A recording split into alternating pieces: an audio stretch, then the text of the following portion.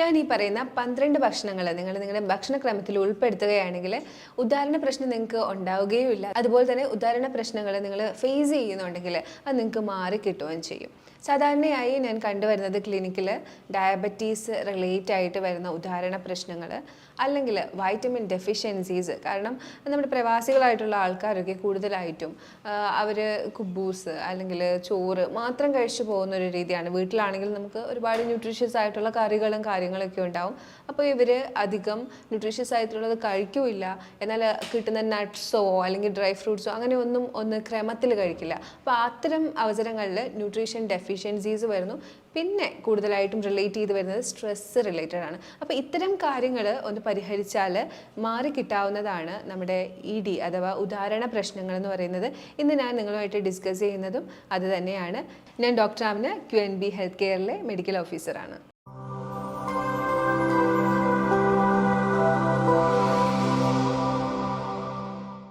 ഉദാഹരണ പ്രശ്നം സാധാരണയായി കണ്ടുവരുന്നത് ആരോഗ്യത്തിന് തകരാറുകൾ വന്നു തുടങ്ങുമ്പോൾ തന്നെയാണ്.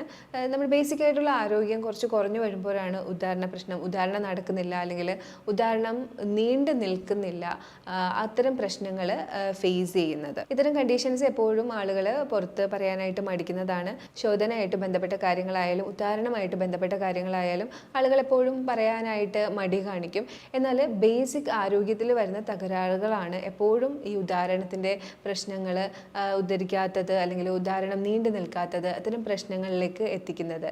ഉദാഹരണത്തിൻ്റെ പ്രശ്നങ്ങൾ ചില ഡിസീസ് കാരണവും വരാറുണ്ട്. ഡയബറ്റീസ് ഉള്ളവർക്ക്, ഒരു 10 വർഷമായിട്ട് ഡയബറ്റിക് പേഷ്യൻ്റ് ആയിരുന്നവർക്ക് വരുന്ന കാര്യങ്ങൾ ഞാൻ ഒരുപാട് തവണ ഡിസ്കസ് ചെയ്തിട്ടുണ്ട്. അതിലൊരു വലിയ കാര്യമാണ് എറക്ടൈൽ ഡിസ്ഫങ്ഷൻ അഥവാ ഉദാഹരണ പ്രശ്നം, ഉദ്ധരിക്കാത്ത അവസ്ഥ എന്നൊക്കെ പറയുന്നത്. അതിനുള്ള കാര്യം നമുക്ക് എല്ലാവർക്കും കൃത്യമായിട്ട് അറിയാം. ഡയബറ്റീസ് ഇപ്പോൾ എല്ലാവർക്കും നല്ല അവയർനെസ് ഉണ്ട്. ഡയബറ്റീസ് കാരണം നെർവസ് സിസ്റ്റത്തിനും സർക്കുലേഷനും ഒക്കെ പ്രശ്നങ്ങൾ ഉണ്ടാകുന്നുണ്ട്. ഇപ്പം നെർവസ് സിസ്റ്റം നെർവ് സപ്ലൈ ചെയ്യാത്ത സ്ഥലങ്ങളില്ല അല്ലേ? അപ്പോൾ ലിംഗത്തിലേക്ക് സപ്ലൈ ചെയ്തിരിക്കുന്ന നെർവിനും പ്രശ്നം ഉണ്ടാവുന്നുണ്ട്. അപ്പോൾ അതുകൊണ്ടാണ് ഡയബറ്റിക് രോഗികൾ പെട്ടെന്ന് ഉദാഹരണ പ്രശ്നം ഫേസ് ചെയ്യുന്നത്. അതുപോലെ കൊളസ്ട്രോൾ ഫേസ് ചെയ്യുന്നവർ, കൊളസ്ട്രോൾ ഒന്നും ഒരു മാറാ രോഗമല്ല. പക്ഷേ ഈ കൊളസ്ട്രോൾ നമ്മൾ അത് കൃത്യമായിട്ട് പരിഹരിക്കാതെ മുന്നോട്ട് പോകുന്ന സമയത്ത് ഉദാഹരണ പ്രശ്നങ്ങൾ നേരിടാറുണ്ട്.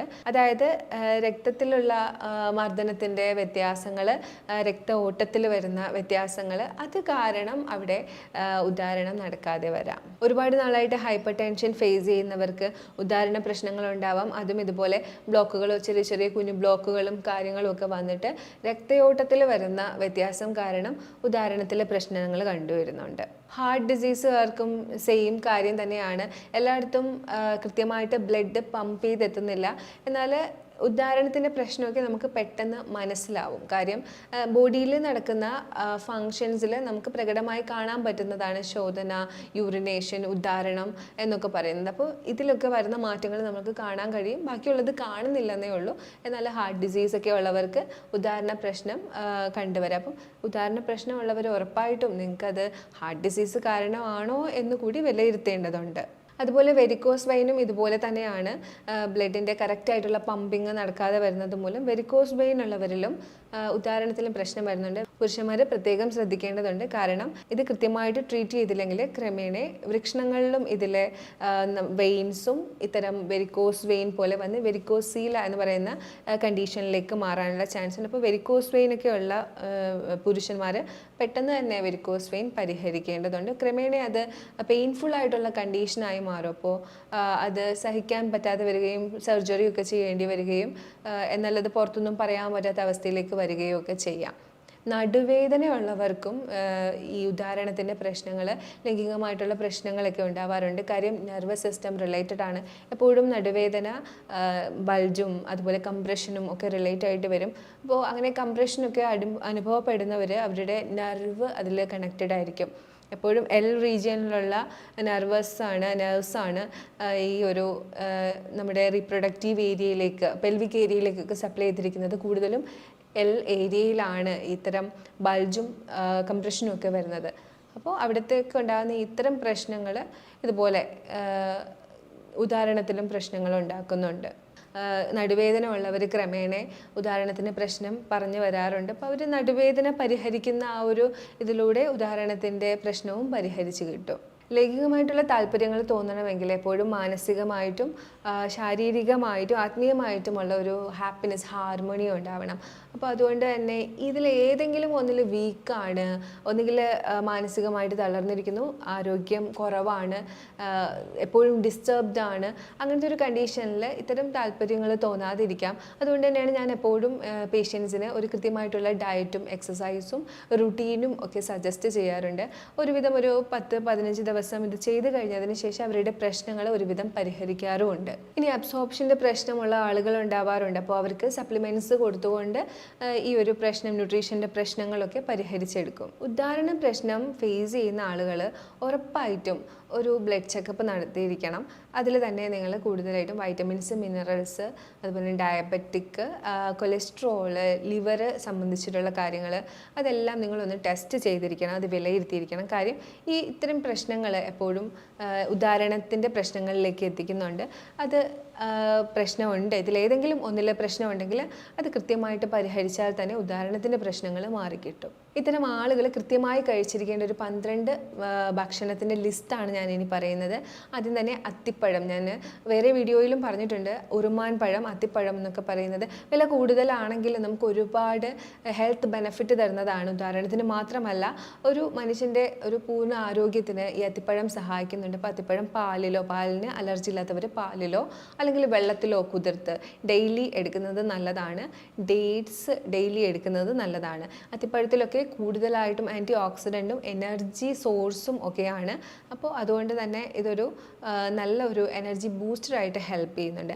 ഈ അത്തിപ്പഴമായാലും ഡേറ്റ്സ് ആയാലും ഒക്കെ ഡെയിലി എടുത്തുകൊണ്ടിരിക്കാതിരിക്കുക. ഞാൻ എപ്പോഴും പറയുന്ന പോലെ ചെറിയ വാഷ് ഔട്ട് പീരീഡ്സ് വെക്കുക. ഒരു 10 ദിവസം എടുത്താൽ 5 ദിവസം എടുക്കേണ്ടതില്ല. പൊട്ടാസ്യം ഒക്കെ കൂടാനായിട്ടുള്ള ചാൻസ് ഉണ്ട്. സീഡ്സ് ആയിട്ടുള്ള pumpkin seeds, chia seeds, sunflower seeds, flax seeds, ഇതെല്ലാത്തിനകത്തും ഒരുപാട് വൈറ്റമിൻസും മിനറൽസും അടങ്ങിയിട്ടുള്ളത് കൊണ്ട് തന്നെ, സിങ്ക് ഒക്കെ അടങ്ങിയിട്ടുള്ളത് കൊണ്ട് തന്നെ ഇത് നല്ല രീതിയിൽ ഹെൽത്ത് മെയിൻറ്റെയിൻ ചെയ്യാനും രക്തയോട്ടം കൂട്ടാനും ഹെൽപ്പ് ചെയ്യുന്നുണ്ട്. അതുപോലെ നമ്മുടെ ബ്ലഡ് വെസൽസിൻ്റെയും നെർവ്സിൻ്റെയും ഒക്കെ ഹെൽത്തിനെയൊക്കെ ഇമ്പ്രൂവ് ചെയ്യാനായിട്ട് ഹെൽപ്പ് ചെയ്യുന്നുണ്ട്. അപ്പോൾ ഈ സീഡ്സ് ഒക്കെ റെഗുലറായിട്ട് ഫുഡിൽ ഉൾപ്പെടുത്താനായിട്ട് ശ്രദ്ധിക്കണം. മേൽ പറഞ്ഞ കണ്ടൻസ് അഥവാ നമ്മുടെ അത്തിപ്പഴം, ഡേറ്റ്സ്, സീഡ്സ് ആയിട്ടുള്ള pumpkin seeds, chia seeds, flax seeds, മറ്റ് നട്ട്സ്, ആൽമണ്ട്സും നമ്മുടെ വാൾനട്ടും ഇതെല്ലാം കൂടി ബ്ലെൻഡ് ചെയ്ത് കുറച്ച് ശുദ്ധമായിട്ടുള്ള നെയ്യോ അല്ലെങ്കിൽ വെണ്ണയോ കൂടി ആഡ് ചെയ്ത് ബോൾസ് ആക്കി വെച്ച് കഴിഞ്ഞാൽ നിങ്ങൾക്ക് ഡെയിലി എടുക്കാവുന്നതാണ്. ഇതിന് നാച്ചുറൽ വയാഗ്ര എന്നാണ് പറയുന്നത്. അത്രയ്ക്കും എഫക്റ്റ് തരുന്ന ഒരു ബോളാണിത്. നിങ്ങൾക്ക് ഡയബറ്റിക് പേഷ്യൻസ് ആണെന്നുണ്ടെങ്കിൽ ശ്രദ്ധ വേണം. ഡോക്ടറിൻ്റെ ഗൈഡൻസിൽ മാത്രമേ എടുക്കാൻ പാടുള്ളൂ. വേറെ കുഴപ്പമൊന്നും ഇല്ലാന്നുണ്ടെങ്കിൽ നിങ്ങൾക്ക് ഇത് ഡെയിലി ഓരോ ബോൾ എടുക്കാവുന്നതാണ്. ബാക്കി എന്തെങ്കിലും കോംപ്ലിക്കേഷൻസ് നിങ്ങൾ ഫേസ് ചെയ്യുന്നുണ്ടെങ്കിൽ കൃത്യമായിട്ടുള്ള ഒരു ഡോക്ടറിൻ്റെ ഗൈഡൻസിൽ തന്നെ ഇങ്ങനത്തെ കാര്യങ്ങൾ നിങ്ങൾ ചെയ്യാൻ പാടുള്ളൂ. ബാക്കി എന്തെങ്കിലുമൊക്കെ കോംപ്ലിക്കേഷൻസ് നിങ്ങൾ ഫേസ് ചെയ്യുന്നുണ്ടെങ്കിൽ ഒരു ഡോക്ടറുടെ ഗൈഡൻസ് എടുത്തതിന് ശേഷം മാത്രമേ ഇത്തരം കാര്യങ്ങൾ നിങ്ങൾ ചെയ്യാൻ പാടുള്ളൂ. നൈട്രിക് ഓക്സൈഡിന് നമ്മുടെ ശരീരത്തിൽ ഉത്തേജനങ്ങളിൽ വലിയൊരു പങ്കുണ്ട്. അപ്പോൾ നൈട്രിക് ഓക്സൈഡ് അടങ്ങിയിട്ടുള്ള ഭക്ഷണങ്ങൾ കഴിക്കുകയാണെങ്കിൽ ഉത്തേജനങ്ങൾ എല്ലാം, എല്ലാ ശരീരത്തിലെ നെർവസ് സിസ്റ്റം ആയാലും ബ്ലഡ് വെസൽസ് ആയാലും ഹാർട്ട് ആയാലും എല്ലാ ഭാഗങ്ങൾക്കും നല്ല ഉത്തേജനം ഉണ്ടാവും. അതുപോലെ തന്നെ ഉദാഹരണത്തിൻ്റെ പ്രശ്നങ്ങൾക്ക് മാറ്റം ഉണ്ടാവും. നൈട്രിക് ഓക്സൈഡ് കൂടുതലായിട്ട് അടങ്ങിയിട്ടുള്ള തണ്ണിമത്തൻ, പോമഗ്രാനറ്റ്, മാതളം, ഗ്രേപ്സ്, ബീട്രൂട്ട്, ഈ 4 ഭക്ഷണ വസ്തുക്കൾ നിങ്ങൾ കഴിക്കുകയാണെങ്കിൽ നൈട്രിക് ഓക്സൈഡ് നല്ല രീതിയിൽ കിട്ടും. അപ്പം ഇത് ഒന്ന് തന്നെ കഴിക്കണം എന്നില്ല, ഇതെല്ലാം കഴിക്കണം എന്നില്ല, മാറി മാറി ആൾട്ടർനേറ്റ് ആയിട്ട് ഇതെല്ലാം ഉൾപ്പെടുത്തി കഴിക്കുകയാണെങ്കിൽ നല്ല രീതിയിൽ ഒരു ഇമ്പ്രൂവ്മെൻറ്റ് ഉദാഹരണ പ്രശ്നം ഫേസ് ചെയ്യുന്നവർക്കും ഉണ്ടാവും. ഫ്ലവനോയിഡ്സ് കൂടുതലായിട്ട് അടങ്ങിയിട്ടുള്ള ഫുഡുണ്ട്. അതായത് നമ്മുടെ ബെറീസ്, ചീര, ഡാർക്ക് ചോക്ലേറ്റ്, ഇതൊക്കെ ഉൾപ്പെടുത്തുവാണെങ്കിൽ ഉദാഹരണത്തിൻ്റെ പ്രശ്നങ്ങൾ കുറച്ചൊക്കെ ഒന്ന് മാറിക്കിട്ടും, നല്ലൊരു ഇമ്പ്രൂവ്മെൻ്റ് ഉണ്ടാവും. അപ്പോൾ ഇതും ഉൾപ്പെടുത്താനായിട്ട് ശ്രമിക്കുക. ഇതൊന്നും എന്നും ഉൾപ്പെടുത്തണം എന്നല്ല, ആൾട്ടർനേറ്റ് ആയിട്ട് ഇതൊക്കെ ഉൾപ്പെടുത്തുക. ഫിഷ് അതിൽ തന്നെ omega-3 ഫാറ്റി ആസിഡ് ഒരുപാട് അടങ്ങിയിട്ടുള്ളതുകൊണ്ട് ഫിഷ് കഴിക്കുകയാണെങ്കിൽ ഇൻഫ്ലമേഷൻസ് ഒക്കെ കുറയാനും നല്ല രക്തയോട്ടം കിട്ടാനും അതുപോലെ തന്നെ ഓർഗൻസിൻ്റെയൊക്കെ ഹെൽത്ത് നന്നായി മെയിൻറ്റെയിൻ ചെയ്യാനും ഹെൽപ്പ് ചെയ്യുന്നതുകൊണ്ട് ഫിഷ് നന്നായിട്ട് കഴിക്കുകയാണെങ്കിൽ ഉദാഹരണ പ്രശ്നത്തിനും അത് ഹെൽപ്പ് ചെയ്യുന്നുണ്ട്. ഗാർലിക് ഡെയിലി എടുക്കുകയാണെങ്കിൽ പ്ലേക്സ് എന്ന് പറഞ്ഞാൽ കുഞ്ഞു കുഞ്ഞ് പ്ലേക്സ് കൊഴുപ്പിൻ്റെയോ എന്തെങ്കിലും പ്ലേക്സ് കാരണമാണ് രക്തയോട്ടമൊക്കെ കുറഞ്ഞിരിക്കുന്നതെങ്കിൽ അത് ഇമ്പ്രൂവ് ചെയ്ത് കിട്ടും. ഓട്സ് കഴിക്കുന്നത് ഇത്തരം ആൾക്കാർക്ക് വളരെ നല്ലതാണ്. ഓട്സിൽ അടങ്ങിയിട്ടുള്ള കണ്ടൻസ് എല്ലാർജിനൻസ് ഒക്കെ ബോഡി ഫങ്ഷൻസ് നന്നായിട്ട് ഇമ്പ്രൂവ് ചെയ്യുന്നുണ്ട്. അതുപോലെ ലൈക്കോപ്പിൻ അടങ്ങിയിട്ടുള്ള ടൊമാറ്റോസ് കൺസ്യൂം ചെയ്യുന്നത് കൊണ്ട് ബ്ലഡ് സർക്കുലേഷൻ നല്ല രീതിയിൽ കിട്ടും. അപ്പോൾ ഈ പറഞ്ഞ 12 ഭക്ഷണങ്ങളാണ് ഞാൻ നേരത്തെ പറഞ്ഞിരുന്നത്. ഇത്രയും ഭക്ഷണങ്ങൾ നിങ്ങൾ ഓൾട്ടർനേറ്റ് ആയിട്ട് എടുത്തുകൊണ്ടിരിക്കുകയാണെങ്കിൽ നിങ്ങൾക്ക് ഉറപ്പായിട്ടും നിങ്ങളുടെ ഉദാഹരണ പ്രശ്നം മാറിക്കിട്ടും. അതിന് കൃത്യമായിട്ട് എഫേർട്ട് ഇട്ട് നിങ്ങളുടെ ഭക്ഷണക്രമത്തിൽ ഉൾപ്പെടുത്താൻ ശ്രമിക്കുക എന്നുള്ളതാണ് നിങ്ങളുടെ ഉത്തരവാദിത്തം. ഇതിൻ്റെ കൂട്ടത്തിൽ നിങ്ങൾക്ക് പ്രമേഹത്തിൻ്റെ പ്രശ്നമുണ്ട്, ഹാർട്ടിന് ഇഷ്യൂസ് ഉണ്ട്, അല്ലെങ്കിൽ സ്ട്രെസ് ഉണ്ട്, അല്ലെങ്കിൽ വേറെ എന്തെങ്കിലും രീതിയിൽ ഡെഫിഷ്യൻസീസ് ഉണ്ട്, അത്തരം പ്രശ്നങ്ങളുണ്ടെങ്കിൽ നിങ്ങൾ ഉറപ്പായിട്ടും പരിഹരിക്കുക. ഡെഫിഷ്യൻസീസ് ഒക്കെ നിങ്ങൾ ഇങ്ങനെ ഈ ഒരു ഭക്ഷണക്രമം നോക്കുകയാണെങ്കിൽ തന്നെ നിങ്ങളുടെ ഡെഫിഷ്യൻസീസ് ഒക്കെ കുറഞ്ഞു കിട്ടും. ഇതിൻ്റെ കൂട്ടത്തിൽ ശ്രദ്ധിക്കാനുള്ളത് ആൽക്കഹോളിസവും സ്മോക്കിങ്ങും ആണ്. ആൽക്കഹോളിസവും സ്മോക്കിങ്ങും ഉള്ള ആൾക്കാരാണ്, ആൽക്കഹോൾ സ്മോക്കിംഗ് അബ്യൂസ് ഒക്കെ ഉള്ള ആൾക്കാരാണെങ്കിൽ ഉറപ്പായിട്ടും ഇത് ക്വിറ്റ് ചെയ്യുക തന്നെ ചെയ്യണം. അല്ലെങ്കിൽ നിങ്ങൾക്ക് ഈ ഒരു പ്രശ്നം ഇത് കഴിച്ചതുകൊണ്ട് മാത്രം മാറി കിട്ടില്ല. നന്നായി വെള്ളം കുടിക്കുക, നല്ല രീതിയിൽ എക്സസൈസ് ചെയ്യുക, ഹെൽത്തി ആക്കിയിട്ട് ബോഡി വയ്ക്കുക. പിന്നെ ഇതിന് പ്രത്യേകമായിട്ട് ചെയ്യാനുള്ള 2 ട്രീറ്റ്മെൻ്റ് ആണ്. ഒന്ന് ഹിബാത്തിനകത്ത് നിങ്ങൾ ഹിങ്കോജാതി ചൂർണം ഇട്ടിട്ട് ചെയ്യുകയാണെങ്കിൽ കുറച്ചും കൂടി എഫക്റ്റ് ഉണ്ടാവും. ഇനി അത് ഇല്ല എന്നുണ്ടെങ്കിൽ നിങ്ങൾക്ക് പ്ലെയിൻ വാട്ടറിൽ തന്നെ കോൾഡ് വാട്ടറിൽ ഹിബാത്ത് ചെയ്യാവുന്നതാണ്. ഹിബാത്തിൻ്റെ കാര്യം ഞാൻ ഒരുപാട് തവണ എക്സ്പ്ലെയിൻ ചെയ്തിട്ടുള്ളതാണ്. ഒരു ടബിനകത്ത് വെള്ളം നിറച്ച് പൊക്കിൾ മുങ്ങിയിരിക്കുന്ന രീതിയിൽ ടബിൽ ഇരിക്കുക, കാലുകൾ പുറത്തേക്ക് വെച്ച് ഇരിക്കുക 20 മിനിറ്റ്. അതുപോലെ നിങ്ങൾക്ക് പെൽവിക് ഗ്രിഡിൽ പാക്ക് എന്ന് പറയുന്നൊരു പാക്കും ചെയ്യാവുന്നതാണ്. പെൽവിക് ഏരിയ കവർ ചെയ്തുകൊണ്ട് കോൾഡ് പാക്ക് ചെയ്യുന്നതാണ് പെൽവിക് ഗ്രിഡിൽ പാക്ക് എന്ന് പറയുന്നത്. ഇതും നിങ്ങൾക്ക് ചെയ്തു കൊടുക്കാവുന്നതാണ്. ഇത്രയും കാര്യങ്ങളൊക്കെ ചെയ്യുകയാണ് എന്നുണ്ടെങ്കിൽ ഉറപ്പായിട്ടും ഉദാഹരണ പ്രശ്നത്തിന് നിങ്ങൾക്ക് പരിഹാരം ഉണ്ടാകുക തന്നെ ചെയ്യും. ഇതിന് റിസൾട്ട് ഉള്ള ട്രീറ്റ്മെൻറ്റ്സ് തന്നെയാണ് ഞാൻ ഈ പറഞ്ഞിരിക്കുന്നത്. അപ്പം ഞാൻ ഈ മുകളിൽ പറഞ്ഞിരിക്കുന്ന കാര്യങ്ങളൊക്കെ നിങ്ങൾക്ക് കൃത്യമായി മനസ്സിലായെന്ന് വിചാരിക്കുന്നു.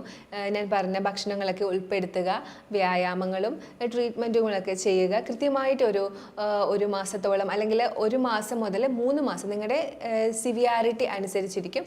ചെയ്ത് കഴിയുമ്പോഴത്തേക്കും ഉറപ്പായിട്ടും നിങ്ങൾക്ക് നല്ലൊരു റിസൾട്ട് തന്നെ കിട്ടുന്നതാണ്. ഞാൻ ഈ പറഞ്ഞ കാര്യങ്ങളിൽ എന്തെങ്കിലുമൊക്കെ ഡൗട്ട് ഉണ്ടെങ്കിൽ ഈ കാണുന്ന നമ്പറിലേക്ക് നിങ്ങൾക്ക് കോൺടാക്ട് ചെയ്യാവുന്നതാണ്. നമുക്ക് ഓൺലൈൻ കൺസൾട്ടേഷനും അവൈലബിൾ ആണ്. Thank you for watching my video. ഇനി ഒരു വീഡിയോയിലേക്ക് കാണുന്നവരേക്കും ബൈ.